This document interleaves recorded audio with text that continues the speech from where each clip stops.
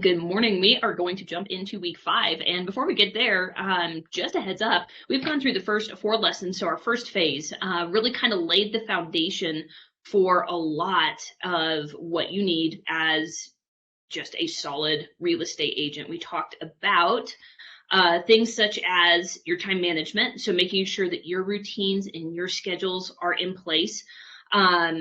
Obviously, putting some boundaries and some routines into your workday. And then included in that would also be making sure that you've got a way to close out your workday. Otherwise, real estate truly will become something that ruins every moment of your life. So week 1 was all about time management.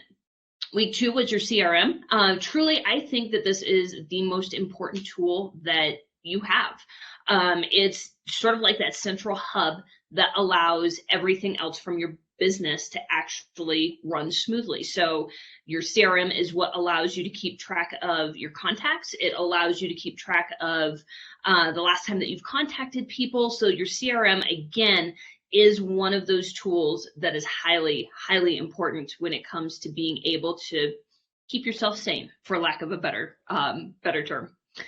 Week 3, we really covered measuring your business. So talking about the things that you want to accomplish, being able to move consistently towards those things, and making sure that you don't have things falling through the cracks. So that's where that spreadsheet really comes into play, making sure that you know, like, who's in your pipeline, how are your calls going. That spreadsheet that we discussed in week 3 really is there to help you just measure your business, make sure that you're on track and moving towards what it is that you actually want. Week 4, we talked about tracking your finances. So that was everything from being able to understand the way that real estate agents are paid and what happens from a tax perspective in that situation. And then also some of the tools that you can use in order for that aspect of your business to run really, really smoothly. So that was the first 4 weeks. That's our first phase. Again, super, super foundational, but hopefully helpful from the standpoint of, just kind of knocking each one of those pillars out, making sure that it's not something where we're, jumping into the deep end of the pool without you being able to know how to swim. So those are kind of the basics. Now, this next phase that we are headed into, really, I believe it's the next 4 weeks, we're going to be focusing a lot on marketing. And I have to tell you that this is some of my favorite stuff. The business that I run primarily is there to support real estate agents with their marketing needs. We're going to be talking about some of those, but definitely if you've got questions, I've got some answers for you. So we will get into what it is that the marketing is going to be covering, at least from a high level today. So finishing up just from our last session, making sure that some of those financial things, if you've got any questions with those, definitely let's talk through it. But these were kind of those steps just to quickly take, making sure that you've got business bank checking and savings accounts that are specific to the business, that are not necessarily in your name as the primary. Again, we talked a bit about how being able to distinguish business from personal, that's something when you start working with an accountant or you're trying to figure out your taxes. If all of your business expenses are coming out of one account, it makes life so much easier. So definitely recommend that one if you haven't been able to get to it yet. The spreadsheet that's there to track your finances. Again, all of these extra tools can be found in your course material with each lesson. So if you've got any questions about that, you can go back and check that one out. And then finding that accountant or tax professional who can help. Again, the tax side of things when it comes to being a real estate agent, worlds different than when you're an employee. Being an employee is much more simple when it comes to figuring out the tax side of things. When you've got essentially a business that you are running, you're going to have other taxes that you just didn't even know existed. But the flip side of that is you've also got the added benefit of expenses, being able to write those off against all of that income. So being able to make sense of all of that, in my previous life, I was a tax professional. So this is stuff that I do understand. We can deep dive as much as you want to, but most of the time it makes sense to have an actual accountant or CPA that you're going to be working with on an ongoing basis.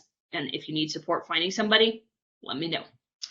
All right, so again, we are deep diving into marketing. So essentially, when it comes to marketing, there are so many options that you have as an agent. You also have so many options that can become distractions as an agent as well. So from that perspective, you want to make sure that you've got some basics in place. And then you just kind of have to put on the blinders, because everybody is going to be telling you about the latest and greatest and the next big thing. And they're going to tell you that email is dead and websites are dead. It's just one of those kinds of things where it's like, no, they're not. How you're using those tools definitely needs to change and keep up with what's happening in the market, what's happening in the world of technology. Sure, there's those nuances, but in general, most of the marketing channels out there are still very, very viable. We'll get into, specifics of being able to use some of those, but for the most part, you're going to choose one or two marketing channels, get started with those, make sure you're consistent, and then from there, we will add the next one. So just to overview what it is that we're talking today, again, this is more high level. We're not going to get into any deep strategies, but basically kind of talking about what is marketing for real estate. We'll talk through some of the marketing terms that you're going to hear and see. Being in real estate is kind of its own language, so there might be some stuff that you are not as familiar with, and we'll talk through some of that. And marketing, some of the things that you might not be thinking of. It's kind of a good rule of thumb to just have as your back of mind rule. Everything is marketing. The way that you talk on the phone is part of your marketing. The way that you negotiate, the way that you communicate, the way that you respond quickly to things, all of those things are building your brand, building your marketing around you as a real estate agent. So there's a lot to think about. Again, from that standpoint, we don't have to go into all of those details at the moment. But again, just think about the way that you are forward facing towards your clients, towards the market. All of that is your marketing.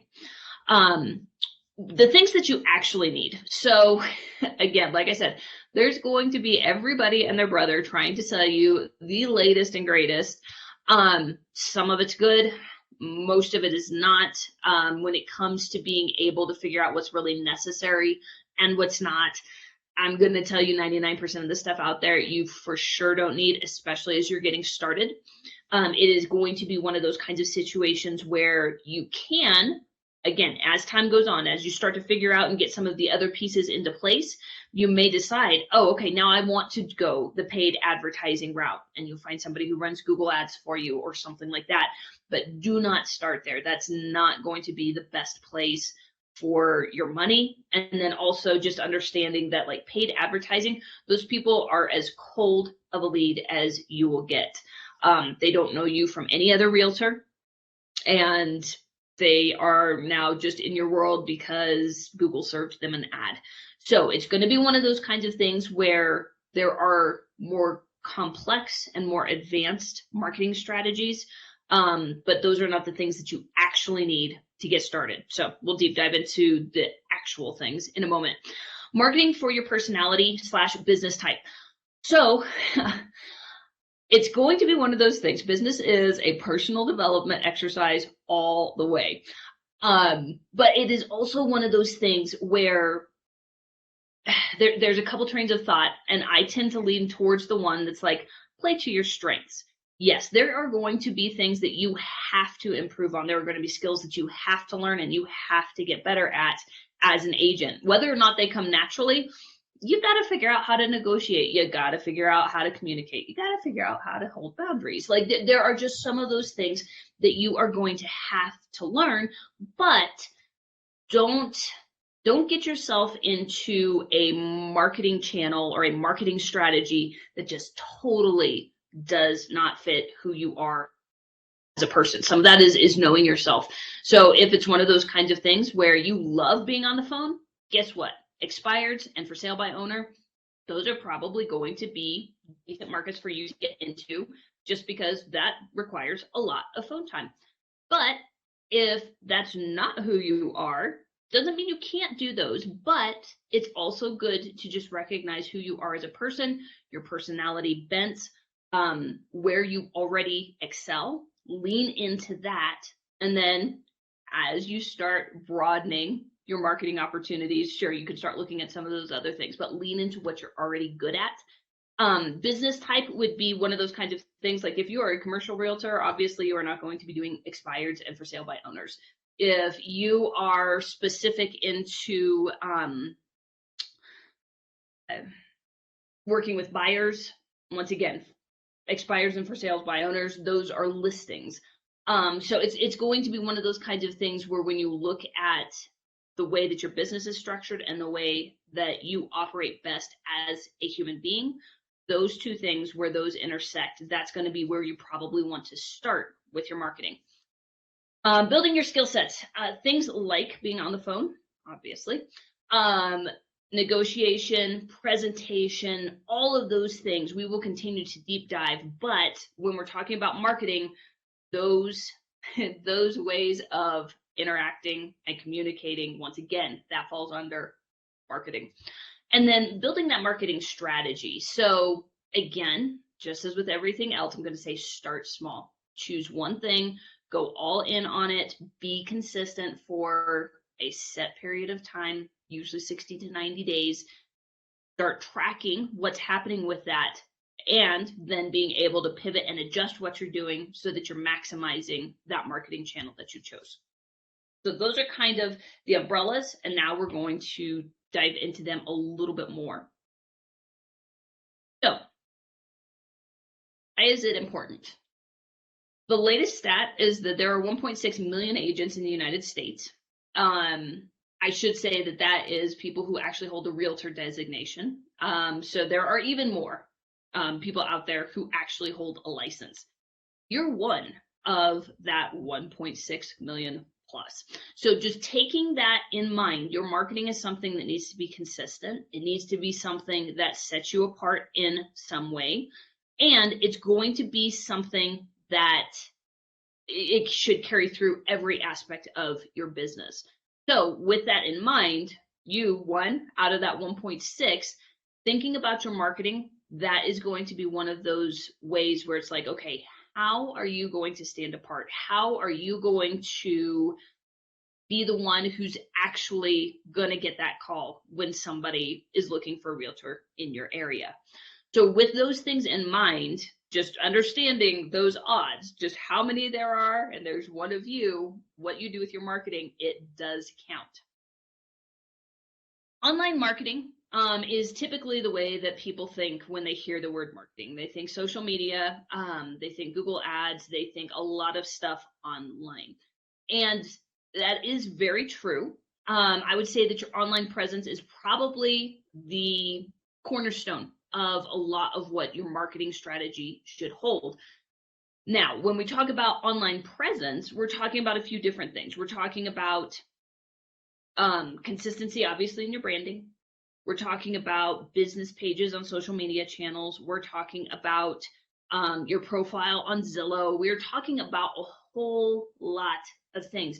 And the biggest one is you want all of that to be consistent so that when somebody pulls you up your business Facebook page, they look at that and they're easily able to go see then everything that you've been doing on Zillow.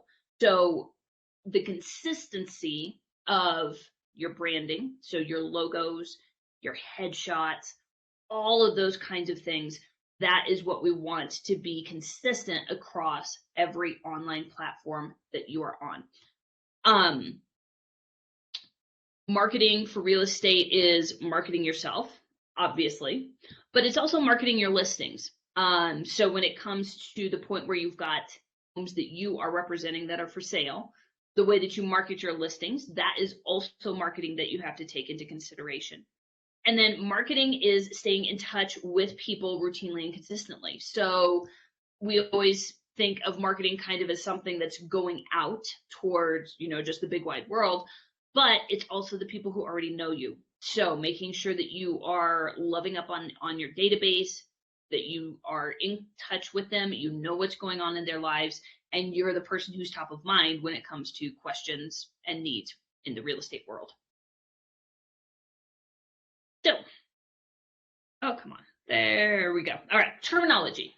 So these are some terms that we're going to be using a lot over the next few weeks. And so I want to make sure that these are things that you're familiar with, and I'm not throwing out a whole bunch of words that just sound like alphabet soup. SOI/COI, that's sphere of influence or center of influence. These are the people, again, who already know, like, and trust you. They've already got some kind of relationship with you. And so these, obviously, family, friends, and other agents, all of these people are part of your sphere. When we're talking about, like sending drip campaigns through your CRM, that's going to be going to your sphere.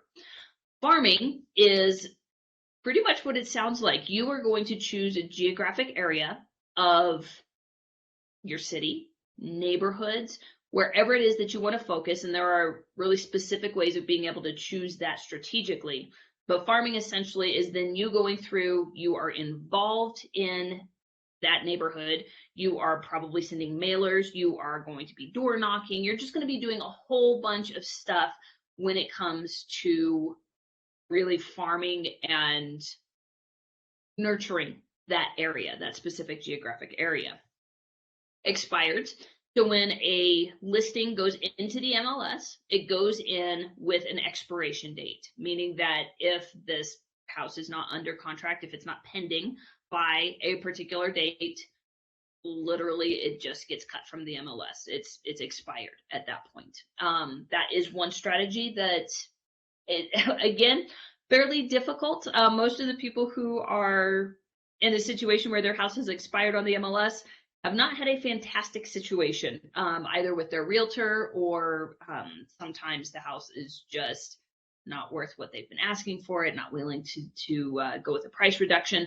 There can be a myriad of reasons behind why something expires. It is a viable option when it comes to generating leads, but that one is a little bit trickier, and there is some setup required.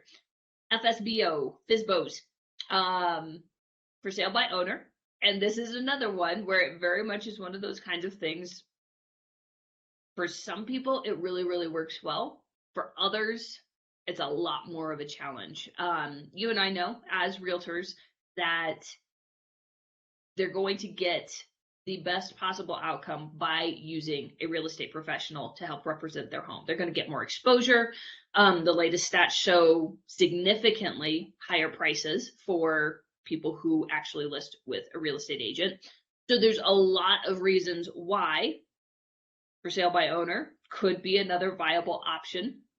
But most of the time those people are in it because they think that they can save money. So that gets to be kind of an interesting conversation. And most of the time they have to suffer a little bit before they're actually willing to have that conversation. The listing has to sit there for a while before they're actually ready to pull that trigger.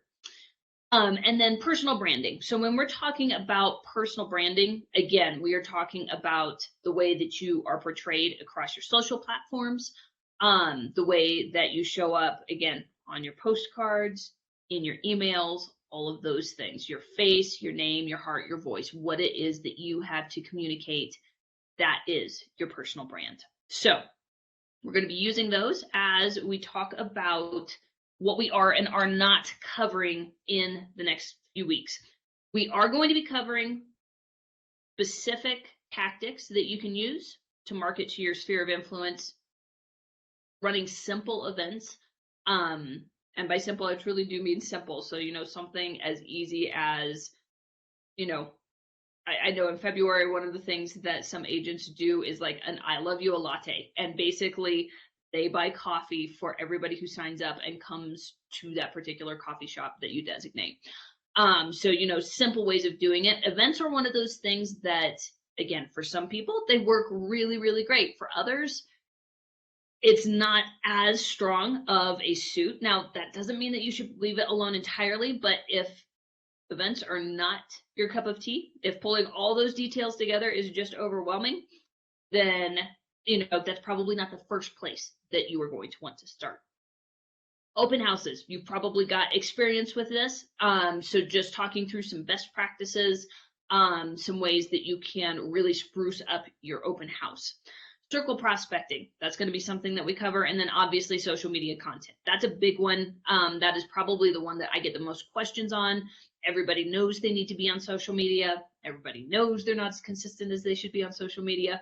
So it's one of those kinds of things where there's a lot of things that we will be covering. And then over here to the right, we are not going to be covering expired, FSBOs, paid advertising, or farming. All of those I would put in kind of that more advanced category where it's like, when you are first starting and putting together your marketing strategy, that's not where we want to start. Those are really, really tough markets. There's a lot of moving pieces that has to go into them. There's usually a lot more expense that goes along with those as well. So we're going to stick with everything over here on this left side. And over the next 3 to 4 weeks, we're going to be covering all of those in detail. What you actually need. Okay, so this goes back to that idea of the shiny object syndrome. Everybody's got something to sell you. And the best thing that you can do is ignore 99% of them. Now, it is tough to be able to tell, okay, so who do I actually listen to? So I'm going to take that back. I'm going to say ignore 100% of them for probably the first 3 to 6 months. And then after, again, you've got some basics established, you can start looking and figuring out, okay, where is it that, a tool or a software or a service would actually make my life easier when it comes to marketing. You can start looking before those 3 to 6 months, but I would say be very specific with what you go out looking for. Don't just click on everything that shows up in your Facebook feed. So what we actually need, a professional headshot. Again, you want this to be something that is consistent across all platforms so that you show up really, really well and really consistently when somebody is looking for you. I highly doubt that this is a situation that you'll find yourself in, but the other aspect of that is make sure that it is a recent headshot. There will be agents who are usually a bit older, who will be using a picture from like 10 years ago, and they don't resemble themselves a whole lot. You can tell that's who they are, but you want your headshot to represent who you are and what you look like right now. You don't have to get a new one every year, for gosh sakes, but you do want it to be accurate. A high resolution logo. So if you've got a company logo, so if you're working with a big brokerage, so Keller Williams and EXP, Coldwell Banker, like they've got their own logos, but if you have your own logo and your own brand, make sure that you've got a high resolution logo that again is going to be consistent across all platforms. A GMB profile, Google My Business. I just got back from a conference and it was pretty astonishing how much having a Google My Business profile and then actively keeping it up to date, what that did for people when it came to being able to receive phone calls from prospective clients. You got to think about it. We live in a Google world. Anybody who's looking for anything, first place you go is Google. Anybody who's looking for a particular person, first place you go is Google. So if you are wanting to catch people in that moment where they're starting to look for real estate agent near me, you want to be able to show up. Now, Google knows that, hey, this person is in Springfield, Illinois. This person is in Denver, Colorado. This person is in Los Angeles, California. Like Google already has that ability to know where that IP address is pinging from. So they know that when somebody's searching for Houston, Texas, they are going to serve results for Houston, Texas. So with that in mind, you want your business, you want yourself to show up as an agent in Houston, Texas, when somebody is searching for that. So with that in mind, I've actually included a step-by-step guide. So Google My Business listing, that's the one that pops up It's over to the side of the screen, and it usually has a few photos up at the top. It's got the name of the business, or in this case, the name of the realtor. It's got, contact information, website, phone number, hours of operation. There's a ton of stuff that actually goes into that, but that's what I'm talking about when I'm saying Google My Business listing. So that is actually going to be one of the pieces of homework. It literally doesn't take more than probably 20 minutes to get through the first step, which is just your initial setup. And then what happens is Google will send you a verification code. And from that verification code, then you're going to go ahead and punch that in, and then your listing will go live. So it's going to be one of those kinds of things where this Google My Business profile, first of all, get it set up, but then you almost kind of treat it as a social media channel. You update it, you can put posts, you can put videos, basically whatever it is that you're putting on social media, 2, 3, 4 times a week, you're going to be wanting to carry some of that content over to your Google My Business profile. You're going to answer questions on it. You're going to do just all of these things so that it becomes something where it's an active listing. The more active it is, the better Google knows, hey, this person is actually operating a business. They're keeping things up to date. Your listing will end up being shown more frequently to people who are looking for you. And then business cards. Yes, still recommend having business cards. COVID's an interesting one. And I think that digital business cards existed before, but especially now, that seems to be something where there's a lot of options out there. Print cards, definitely. It's probably a good idea to have both. It was kind of interesting. This last weekend was my first opportunity to be, in a room with a lot of people for several years now. And so it was one of those situations where I wasn't quite sure how all of that was going to pan out. Would people be going more the digital route, more the standard business card, the printed card? I would say there were more people with the printed card, but I was also surprised by how many people there were with digital cards. So if you want recommendations for some good digital cards out there, I've definitely got those. Print cards, best place to get them is gotprint.com. As far as it being cheap, if you need something quick, Office Depot, obviously. All right. Getting into that conversation that goes a little bit deeper on marketing for your personality and business type. Not all marketing options are good for everybody. That's just the fact of it.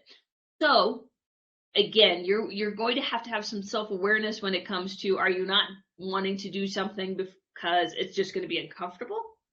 Or is it just not right? It's not a good fit. Understanding that, again, business is going to push you. It is going to push you outside of your comfort zone if you want to be successful, that is. If you don't, you can just stay where you are and you probably will not achieve what it is that you want to. But in a great situation, your business is going to force you to grow as a human being, as a professional. So understanding that distinction between, hey, this is uncomfortable, but I still need to do it, versus, hey, this isn't a good fit. Being able to know yourself well enough to make those distinctions will serve you well when it comes to being able to choose the type of business that you actually want to run and type of marketing that you want to use to promote it. So not all types of marketing will be right for you. You do not have to do everything. Please don't try to do everything. And then the other side of that is just understanding that fine line between something that's uncomfortable versus something that just truly is not right. It isn't a good fit. Building your skill set. So specifically in the marketing world, it's one of those kinds of things. Obviously, people who are in marketing, they love it, they study it. You got into real estate, you love it, you study it. All of those kinds of things are part of just figuring out this whole real estate agent business. my guess is you did not get into real estate because you were like, oh, hey, I want to do real estate and be a marketer. So with that in mind, again, there are people out there who can support you. If you have questions, again, that is something that I do. If you're starting out, sometimes you are bootstrapping everything yourself. Perfectly fine. But I guess what I would say is definitely have in mind and have a part of your budget that is going to start going towards marketing support. So you've got the marketing aspect of it just at a baseline. So if you're going to print business cards, that's an expense. If you're going to send emails, you've got a CRM. Pretty much all you have to do is plug those in. Email is by far one of the best ways to go about marketing because it does not have to cost you an arm and a leg. So obviously once you've got your emails set up, like that's pretty much good to go. If you decide to do things like postcards, obviously you've got those expenses. Now, getting into that a little bit deeper, yes, you're sending out postcards, so that's an expense, but who's going to design the postcard?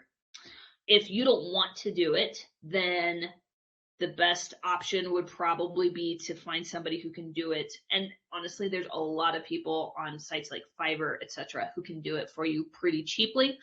You do pay for what you get most of the time, so you do want to, walk that line carefully. But it's going to be one of those kinds of things where learn the things, learn the basic elements of design if you need to do your own postcards, learn just kind of some of those standard aspects, designing flyers, designing what have you. But eventually you want to get to the point where this is probably one of those areas where once you've figured out what you are after, once you've dialed in what it is that you want to be doing with your marketing, finding somebody to help you with that support will definitely free up a decent amount of time. Go deep, not wide. So again, this is kind of that approach. We live in a world where there is so much to distract you. I can't remember what the last number was that I saw, but we literally are seeing hundreds of advertisements every single day, between, just being out and about, on our phones, like everything is serving you an ad. So your brain very much can get distracted by all of the stuff that you're just being served day in, day out. It takes a lot to filter those things out. But again, this is avoiding chasing after every little thing that shows up where people are telling you that they've got the easy button for you. They've got the next best thing. This is the lead gen tactic that is up and coming. There is some validity to some of that, but there's enough of it out there that's sketchy, that is just somebody being good at marketing and getting you to pay attention to them, that's where you want to be really, really careful. So when it comes to choosing your marketing, for example, social media strategy, go deep, not wide.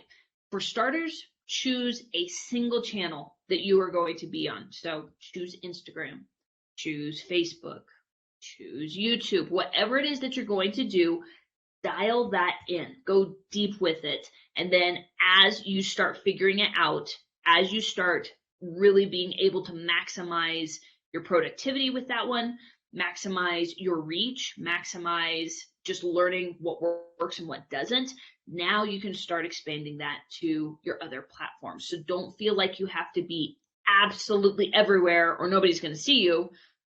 Choose one or two avenues that you're really going to pursue, whether that's one or two social media channels, one or two strategies when it comes to emailing, cold calling, what have you, and go all in on that. Go deep on those, figure out what works, refine your skills, and then from there, you can start adding and widening what it is that you're doing. And then finally, phone skills. It was funny. I've heard it before, but it made me laugh again. Again, at the conference I was attending, the speaker was talking about how the one thing that differentiated a lot of the successful agents who were, running Google service ads or, being found online was the fact that they picked up the phone. it's one of those kinds of things that we sort of take it for granted that everybody just either texts or leaves a voicemail or what have you. But if somebody is calling you, if a prospective lead is calling you, they actually want to talk to you. They have questions that are probably going to go beyond the bounds of what they could convey in a text message or a direct message or however else you might prefer people to get in touch with you. Making sure that you're comfortable and that you are paying attention and respecting those phone calls, that will be something that gets you far. Some of the other phone skills. So besides just picking it up, being able to guide a conversation, knowing how to move a conversation from, there's some interest to an appointment. Those kinds of skills are something that you will develop over time. Some people, if you've been in an industry where you've done phone work before, a lot of this would probably come pretty naturally. For a lot of us, though, this is not where we've spent most of our time, especially if you're a millennial and younger. You haven't done a whole lot on the phone as far as like picking up the phone and using that as your primary means of communication. So just understanding that phone skills are something that you're probably going to want to work on. Again, I've included in your course areas some scripts to be able to just answer some of those basic questions that you're going to get asked. How's the market? What could I get for my house? Just some of those basic things where you want to have a consistent and concise answer. You don't want to ramble. You don't want it to be one of those things where there's just a whole lot of words coming out that aren't necessarily doing anything besides muddying the waters. Or being in a situation where all of a sudden somebody's asking you a question that you're like, well, where'd that one come from? So all of those things are going to be part of those phone skills that you develop. Scripts are a fantastic option, provided you don't sound like a robot. Don't read them verbatim. Take the basic ideas and then be able to put them in your own words, in your own voice, your own inflection. Make sure that you're actually coming across as a human being, not a telemarketer. Building your marketing strategy. So I feel like I've been a little bit redundant, but I hope that I'm driving the point home. We are not trying to be everywhere all at once with guns blazing and, all efforts on absolutely everything that you could be doing in a marketing sense. You'll exhaust yourself. Typically, you'll exhaust any funds that you have. And again, not everything is going to be suited for you and your business, especially as you're figuring some of this out. So choose one, do it consistently, then add to that marketing with the next thing. So for example, again, we'll go into this more deeply with every single area, whether it's your sphere or social media or open houses, how is it that we are going to choose one thing, do it consistently, and then add the next level to it. So we'll talk about this in depth when it comes to each tactic, but I can't stress it enough. You'll overwhelm yourself. You won't stay consistent. And the quality of stuff that you put out will probably suffer if you're trying to do too much. So small steps are a fantastic way to start. Choose one person to follow. Avoid shiny object syndrome. So by this, I mean, again, there are probably millions of marketers out there. Again, there are a lot of them out there who know their stuff. There are a lot of them out there who are just good at marketing their stuff and are not necessarily going to be of huge benefit to you.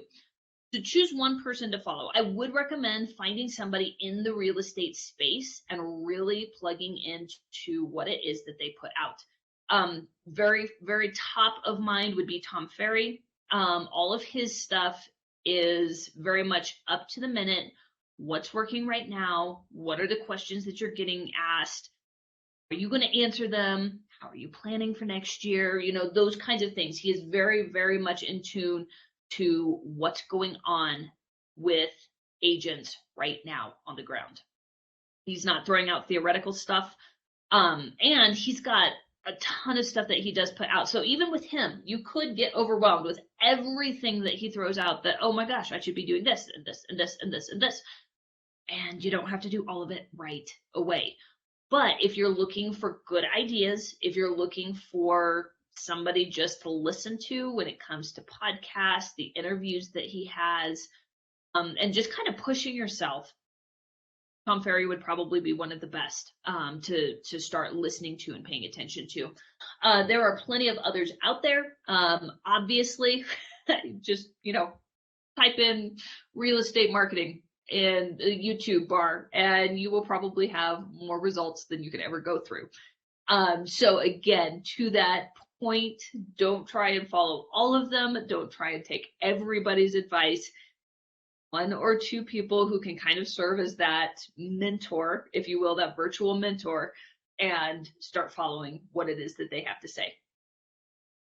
The goal is eventually for you to have a diversified marketing strategy. So by diversification, I mean, not all of your marketing efforts are strictly on your sphere. It's an awesome place to start. I think that it is probably one of the places that people miss out on the most when it comes to being able to be influential in the lives of people who already know them. If you're not talking to them, another realtor is, and you're probably going to do a better job just because you care. So from that perspective, yes, your sphere is awesome. The referrals that your sphere can give you are awesome, but you kind of don't have a lot of control over the leads you're going to get from that. You can guess, you can look back historically and say, okay, I sent out an email, I got 2 responses, it's sort of figure out the numbers that way. But what if you had your sphere? What if down the road, not too far away probably, you had a farm and you produced videos and content and you were involved in that community? They knew who you were, and in a few years, like, people were recognizing you in the grocery store because like you were just everywhere in that neighborhood.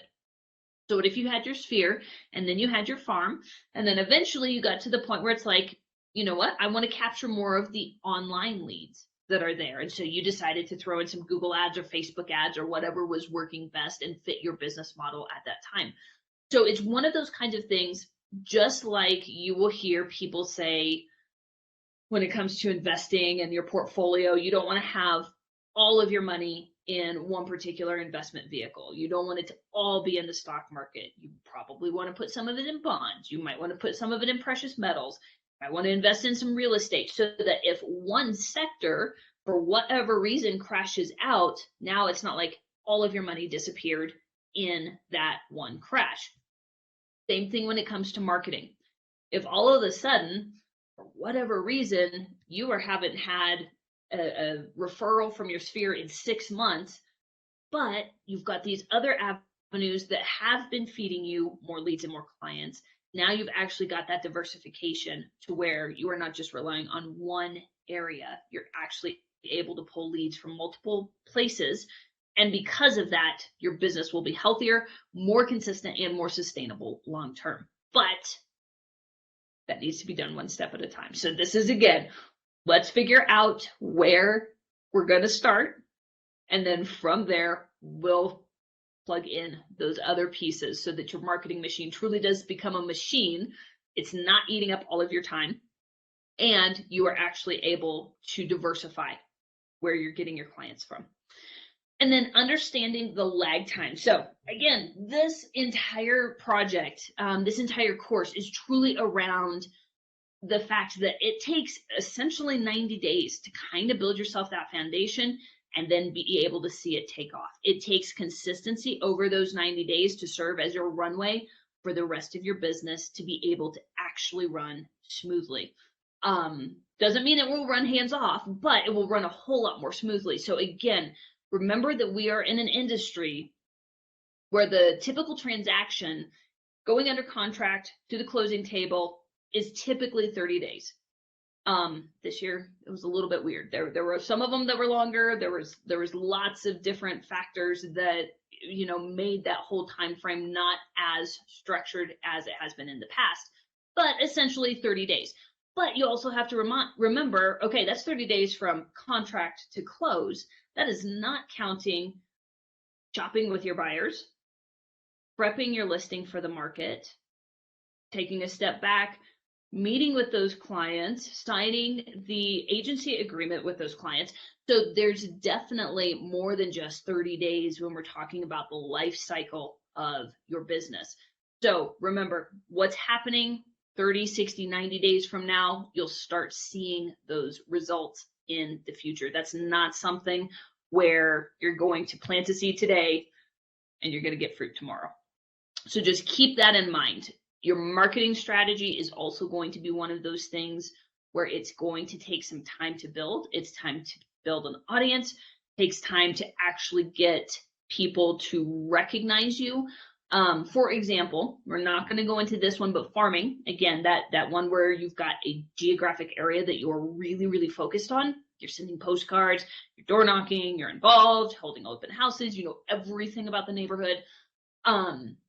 Those kinds of places, when we're talking about that strategy, most of the time we're talking about sending postcards, they say 6 to 9 months before you can really expect to see leads coming from that. And that's if everything is flowed smoothly, you've been consistent. So we're talking about, again, a decent outlay in effort and expense before we get to the point where we're even getting leads.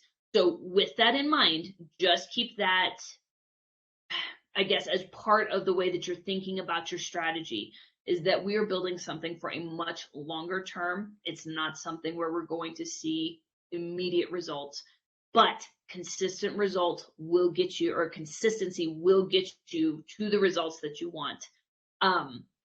There's some amazing stories out there from people who are on social media consistently, people who farm consistently, people who circle prospect consistently, all of that stuff.